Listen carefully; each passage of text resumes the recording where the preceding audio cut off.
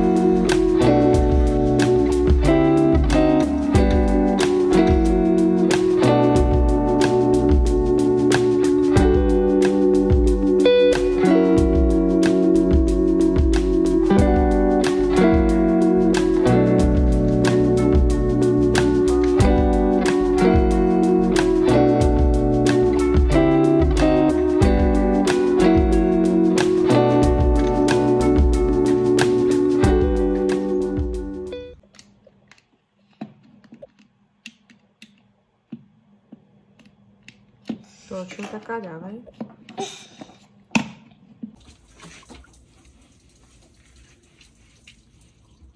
Напълни ли количката, Марти? Браво! Сега аз почиствам постелките от тренировката, а Марти си играе на чешмата с вода, както винаги.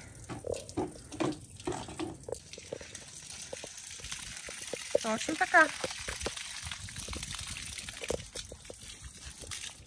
Следващата ми стъпка е да опаковам малко пратки за Simi Collection. Това е моята колекция за тези, които не знаят. Ето тук има и още, тъй като няма място на този стилаж. Та ще опаковам малко пратки, след което ще приготвя обяд.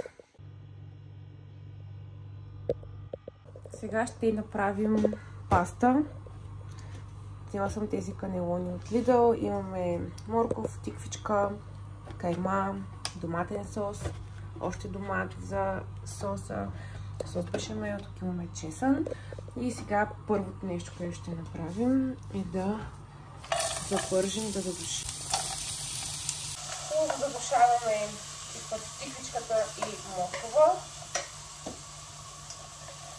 И след което ще добавим каймата. И с ето тази смес от зеленчуци, кайма и чесън ще напълним канелоните. След това ще ги залеем с сос бешамел и с доматен сос. Сега следва доста бавната част, в която трябва да напълня всяко едно канелонче с плънката. Правя го с малка кафяна лъжичка, като подпирам канелончето. Ето така си наредих тавичката, остана ми плънка и я пръснах отгоре. Сега ще залея с малко сос бешамел.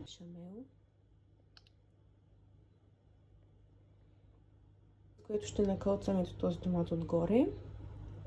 И ще завърша с заливане с ето този сос.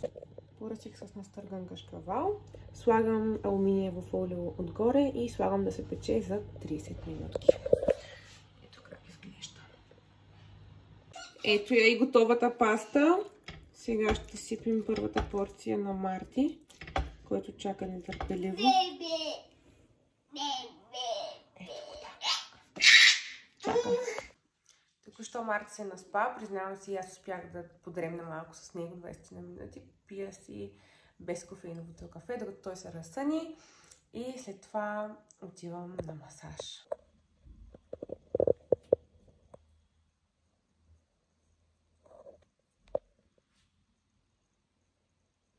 Масажът беше чудесен. Сега си взех душ и ще ви покажа цялата рутина, която правя за лице, за тяло и за коса. Първо смажа тялото с чисто арганово масло. Пръсквам в областта на корема. Хубаво размазвам. Отстрани също. И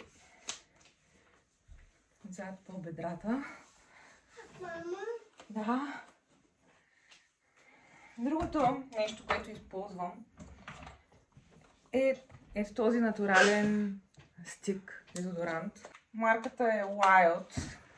Ето я. Не съдържа алумини, не съдържа метали, не съдържа... Марти, полека. Не съдържа никакви токсични вещества и го използвам. Използвам го както Марти се роди. Докато го кърмех и в етапа, през който искахме да забременея, и сега, докато съм бременна, използвам само натурален дезодорант.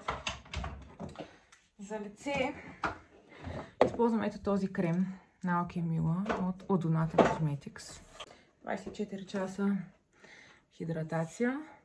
Марти, остави ми козметиката. Размазвам го в цялото лице. Слагам вазелин. И около очите използвам ето този серум на Now Bay, също е от Odonata Cosmetics. Това е с ролчица. И с леки потупващи движения го разнасям. И какво слагам върху косата си. Сега се облякох и ви показвам какво използвам за коса, тъй като сте ме питали много пъти. Обикновено мия косата си с напълно обикновени шампуани, но според мен основно значение има това, което поставяме след баня. Та ето това е на Milkshake Whipped Cream, сметана за коса. Под формата на пяна е, но няма нищо общо с ефекта от пяната по принцип, който познаваме.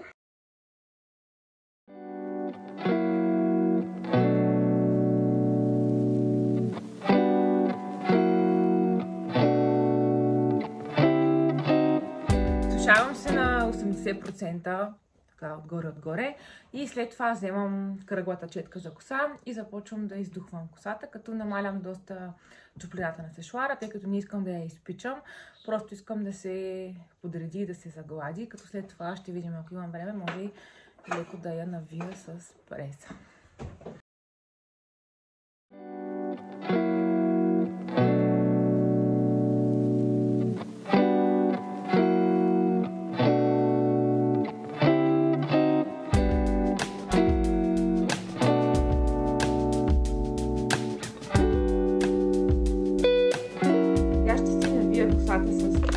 Обикновено ми харесва повече как става с маша, но пък с преста става доста по-бързо. Използвам ето такава преса. Може да видите, подходяща е за къдрене по принцип. Ако случайно някой се интересува, ето това е марката Good Hair Day Platinum Plus. Даниел ми я купи преди около половин година, мисля, че за Коледа ми я купи. И съм много доволна. Общо взето аз не я използвам за изправяне, тъй като не си изправям косата. Когато я нося права, тя е просто издухана. Но пък я използвам за къдрене и съм много доволна как се получава. Ще си я навия на 2 пласта. Първо ще направим долния. След това ще пристъпим и към горния. Първо ще разреша дължините, за да се движи плавно пресата. Как я навивам.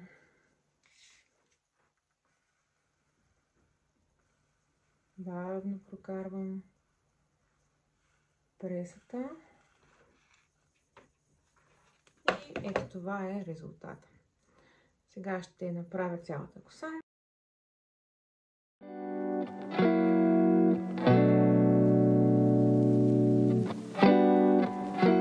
Това е резултата, преди да я разресвам. Сега първо ще си направя един лек грим и чак тогава ще я разреша и ще ви покажа крайният резултат. Това ми отне около 5 минути. Започваме с грима. Няма да правя тежък грим, но все пак ще спазя всички стъпки, които си правя по принцип. Просто самите цветове, пигменти, наситеност няма да са тежки. Те е нещо лекичко, но пък ще мина през всички стъпки. Първо си слагам основа върху очите, тъй като ще си сложа леки телесни сенки. Като ми действа основата, трябва да попия леко, ще си направя веждите. В ето това малко бурканче съм си сложила един гел, който е на Даниел по принцип, но аз си го ползвам за да си правя веждите. Не съвсем малко, ето толкова. Гел върху четчица за мигли и ето така го разнасям по цялата вежда. Правя го в обратната посока, за да могат хубаво да се намажат всички косъмчета и след това ще заглаждам. Така, вече мисля, че са окей. Ето заглаждаме. И ето това е резултата за 10 секунди. Една мокра кърпичка. Съвсем леко минавам по контура на веждата, защото там има останал гел, който после като сложа другата част от грима и не стои добре. Аз не обичам да си рисувам веждите. Не ми харесва как стоят, но ще сложа съвсем малко цвят в тази половина. Тъй като се разрошат така и някакви голи петна се показват. Ето може да видите резултата. Сега продължаваме с сенките. Основата вече е попила, леко лепкаво се усеща. Ще използвам 2 или 3 нюанса, като първо започваме с, доста са ми мръсни сенките, но първо започваме след този най-светлия, като минавам абсолютно целия клепач с него. Това ще ми е като основата за останалите цветове. И веднага повтарям и на другото око. Ще използвам ето този цвят и накрая ще използвам може би този. Вижте как са подредени. Първо най-светло, после средно и накрая най-тъмното. Като с средното ще мина окото в ето тази зона. Повтаряме и на другата страна. Винаги повтарям очите едно след друго, т.е. непосредствено след като нанеса единия цвят върху едното око, го нанасям и върху другия клепач, защото ако не го направя веднага, чисто механично забравям колко точно съм взела от цвета, точно с какви движения съм го разнесла, точно колко време съм отделила и рискувам да ги направя различни. Идва ред и на ето този, който ще го разнеса с ето този край на четката, който е по-плосък и после ще блендна с ето този. Този по-тъмния нюанс го нанасям само в тази зона, от края до средата на клепача, в гънката точно, или леко над нея, за да създаде дълбочина. Още малко ще сложа. Доста време отделям на тази част с блендването, защото иначе стои отсечено, а много мразя отсечени сенки. Дори леко тук излизам от клепача, като после това ще го оправя с коректора. Моят крайен нюд резултат. Като естествено това не е крайната визия. Тя ще се промени докато направя и останалата част от лицето, и очната линия, и спиралата. Но така изглеждат само сенките на гол.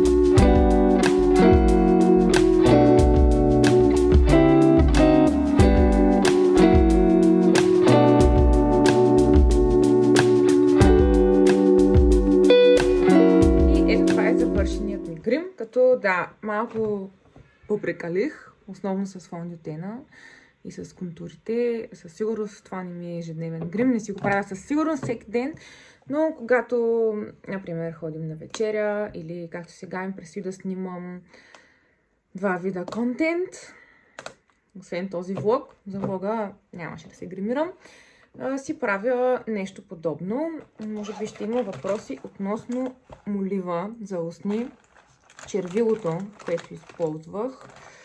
Така, моливът е на NYX и е цвят Brooklyn Thorn.